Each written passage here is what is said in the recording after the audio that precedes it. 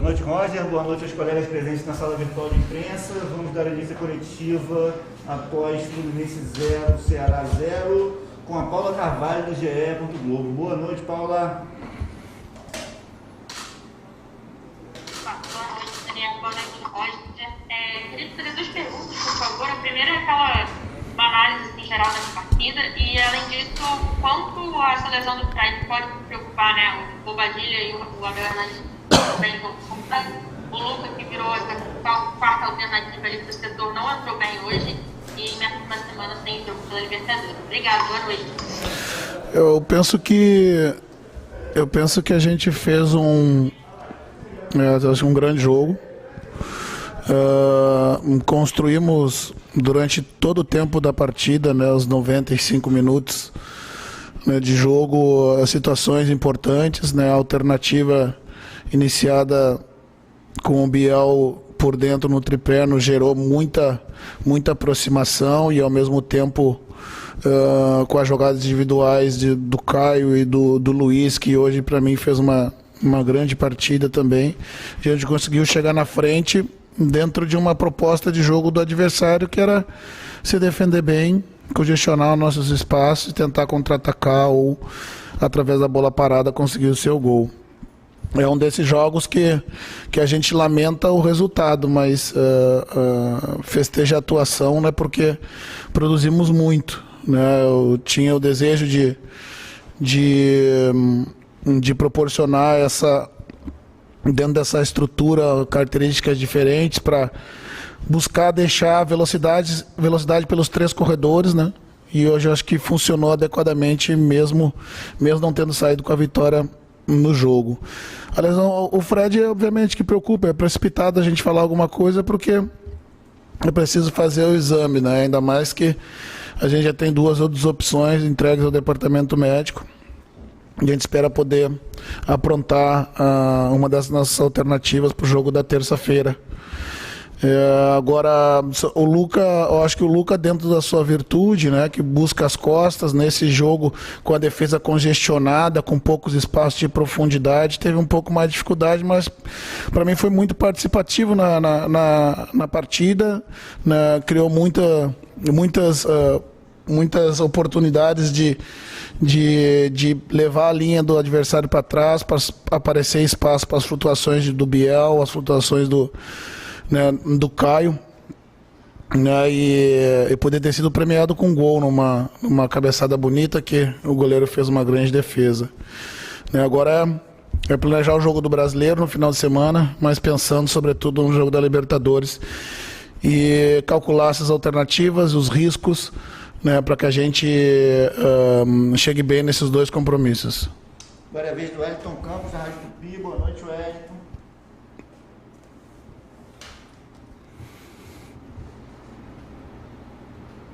Tá no mudo aí, Wellington, por favor. Vamos lá, você está me ouvindo agora? Está me ouvindo? Beleza. Roger, vou te fazer uma pergunta que foi feita já ao Cuca por causa de Libertadores. Você vai priorizar, você vai dar prioridade, nesse caso, à equipe que vai para a Libertadores, nesta sequência de brasileiro? O que você vai fazer? Obrigado, meu amigo. Então, a gente, a partir de agora, começa a detalhar esse cenário.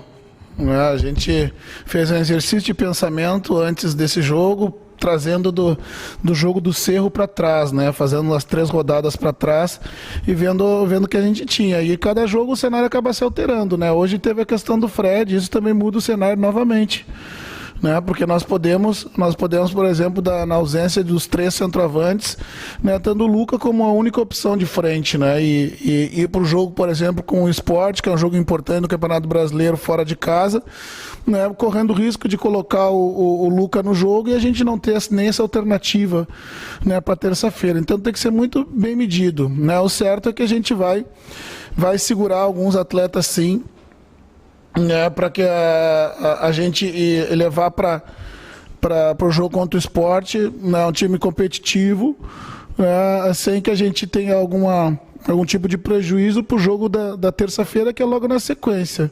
Não tem muito o que fazer, né? Fazer essas escolhas, né? Não gosto de usar a palavra priorizar, de novo, que parece desprestígio ao Campeonato Brasileiro e tampouco desprestígio ao adversário. Né? Porém, a gente tem que fazer as escolhas, né? Do que para esse momento é relevante ou não. Agora é a vez do Daniel Kaiser, da Antena Esportiva. Boa noite, Daniel. Boa noite, Daniel. Boa noite, Roger. Roger, você falou, né, sobre as características do jogo de hoje, né? Foi um jogo bem diferente daqueles que o Fluminense vinha tendo nas últimas rodadas. O Fluminense tendo mais a bola, principalmente naquela sequência de 4 jogos sem vencer. O Fluminense não mais a bola, o Fluminense criando mais oportunidades, finalizando, teve gol anulado, teve goleiro salvando. Que tipo de lição você acha que você pode tirar dessa partida de hoje, pensando na partida já da Libertadores também contra o Cerro? E queria adicionar também uma outra pergunta. Hoje eu tive a sensação que, já pensando no jogo da Libertadores, você optou por deixar o Martinelli no banco, já que ele não vai poder jogar contra o Cerro a primeira partida, foi com o André. Queria saber como é que você viu essa experiência com o André começando de titular ali ao lado do Iago, e se é a sua alternativa para a partida de terça-feira. Então, com relação à primeira pergunta, assim, a gente tem sempre que contextualizar o adversário. O adversário, ele abriu mão, né, de tentar brigar pela posse de bola e marcou num bloco baixo, então naturalmente a gente ia ter mais posse, né? Então esse é o primeiro fato, né, pelo fato que nós ficamos mais na bola.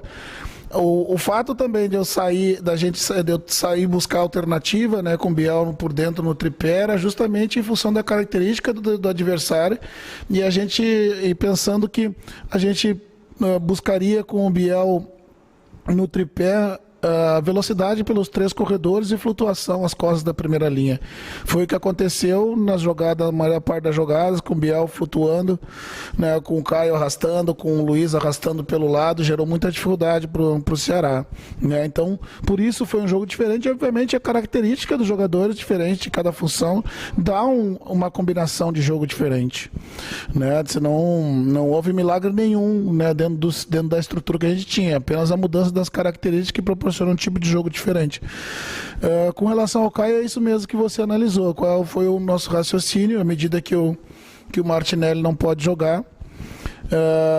Tinha a possibilidade de botar o Caio para jogar no jogo contra o Sport, mas pensando que a gente também vai levar um time mais modificado para esse jogo, que o Caio não estivesse atuando com jogadores que estariam na Libertadores na terça-feira, né, para dar esse ritmo de jogo para ele, e também afastado do jogo da Libertadores, porque senão seriam 3 dias só de recuperação, um jogador de meio que o desgaste é muito grande.